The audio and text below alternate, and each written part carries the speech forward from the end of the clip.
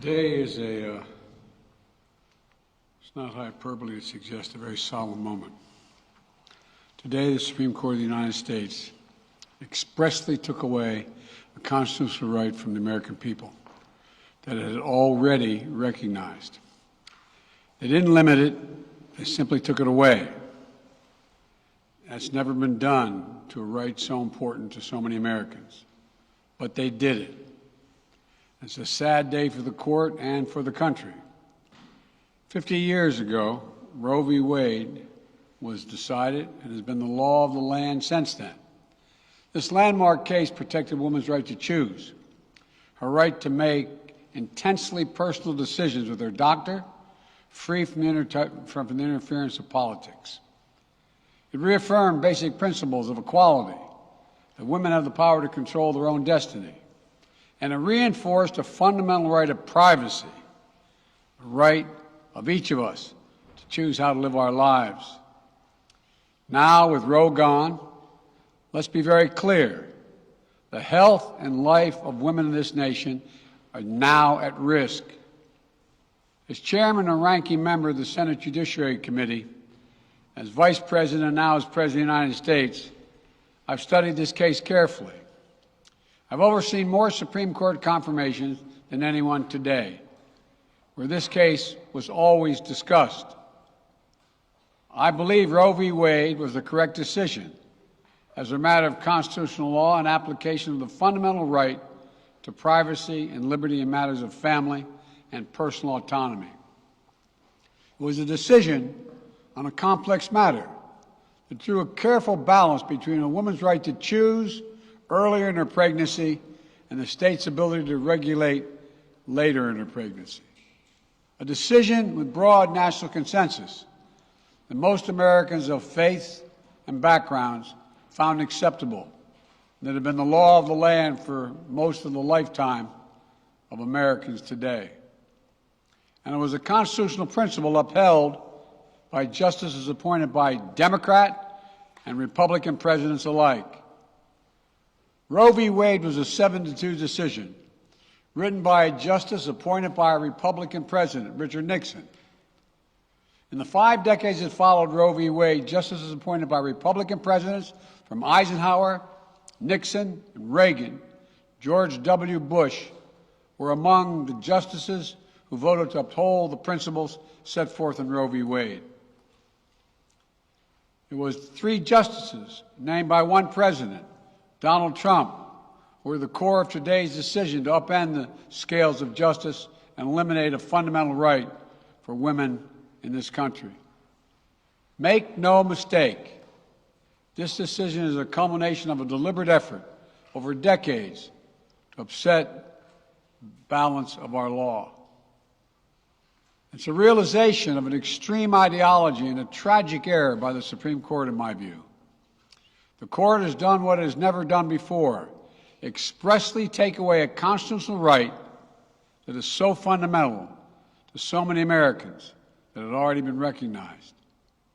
The court's decision to do so will have real and immediate consequences.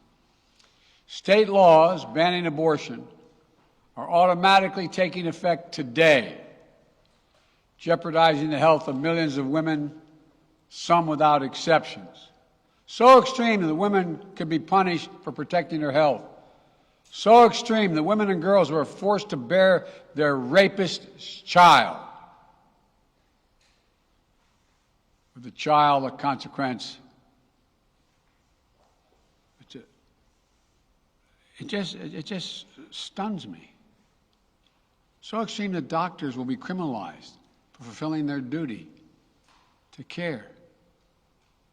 Imagine having a young woman have to carry the child of incest as a consequence of incest. No option. Too often the case. The poor women are going to be hit the hardest. It's cruel. In fact, the court laid out state laws criminalizing abortion that go back to the 1800s as rationale. The court literally taking America back 150 years. This is a sad day for the country, in my view. but it doesn't mean the fight's over. Let me be very clear and unambiguous. The only way we can secure a woman's right to choose, the balance that existed, is for Congress to restore the protections of Roe v. Wade as federal law. No executive action from the President can do that. And if Congress, as it appears, lacks the votes to do that now, voters need to make their voices heard.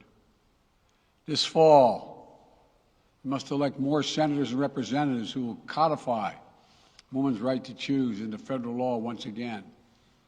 Elect more state leaders to protect this right at the local level. We need to restore the protections of Roe as law of the land. We need to elect officials who will do that. This fall, Roe is on the ballot. Personal freedoms are on the ballot. The right to privacy, liberty, equality, they're all on the ballot.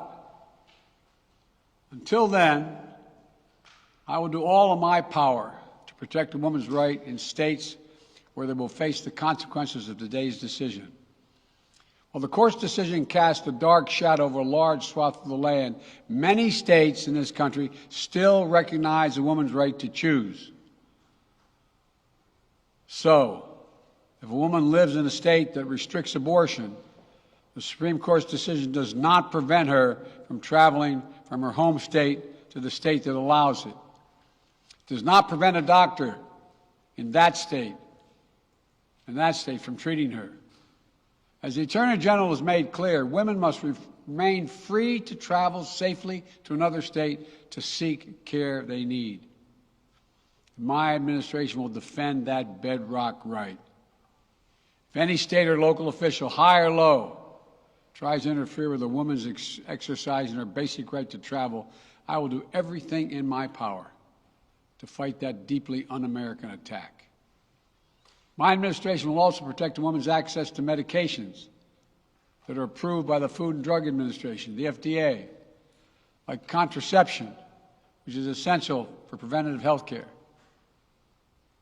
mifepristone, which the FDA approved 20 years ago to safely end early pregnancies and is commonly used to treat miscarriages. Some states are saying that they'll try to ban or severely restrict access to these medications.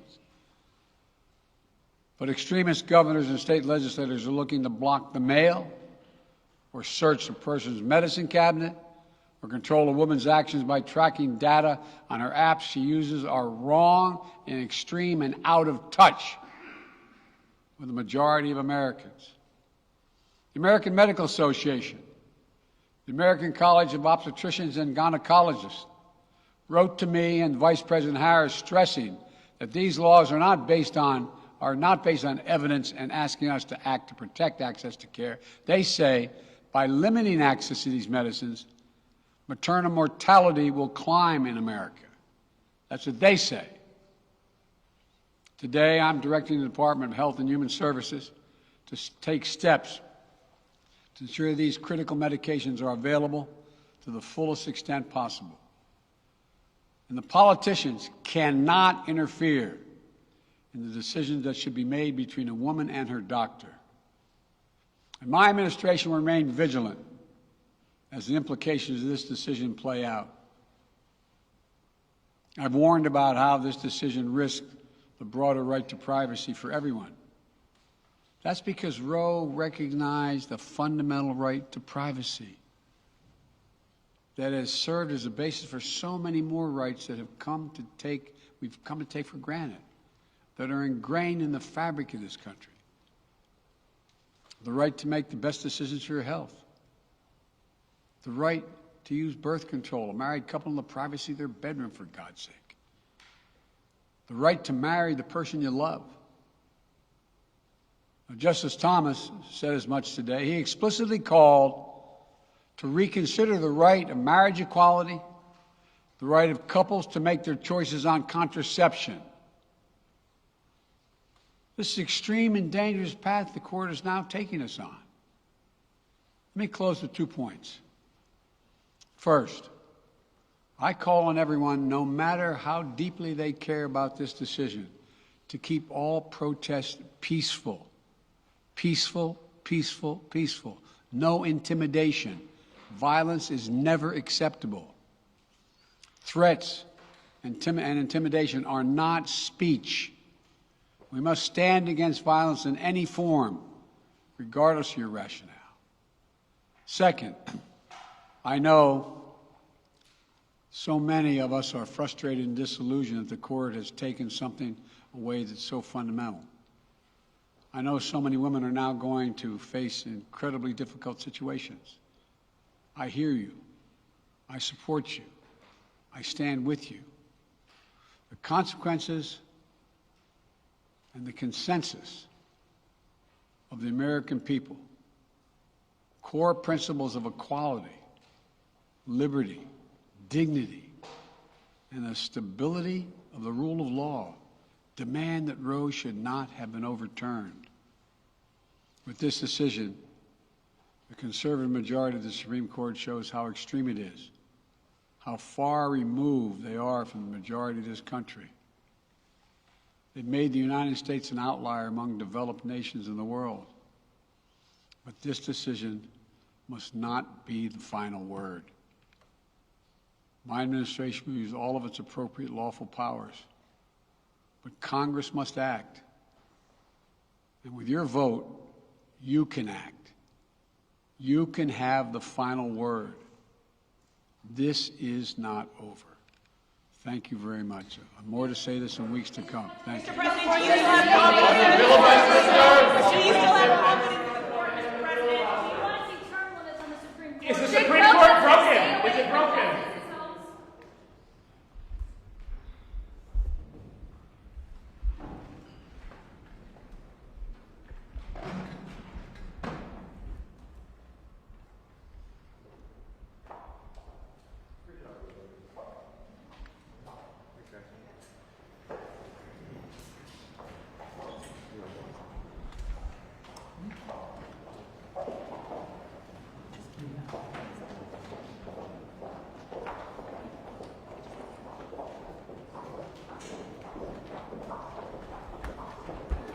Would you have found a cutaway camera that would have shot that? Yes, they had to show it. Definitely. All the women? Okay, good. I think Jasmine mentioned it in the pool notes. Okay.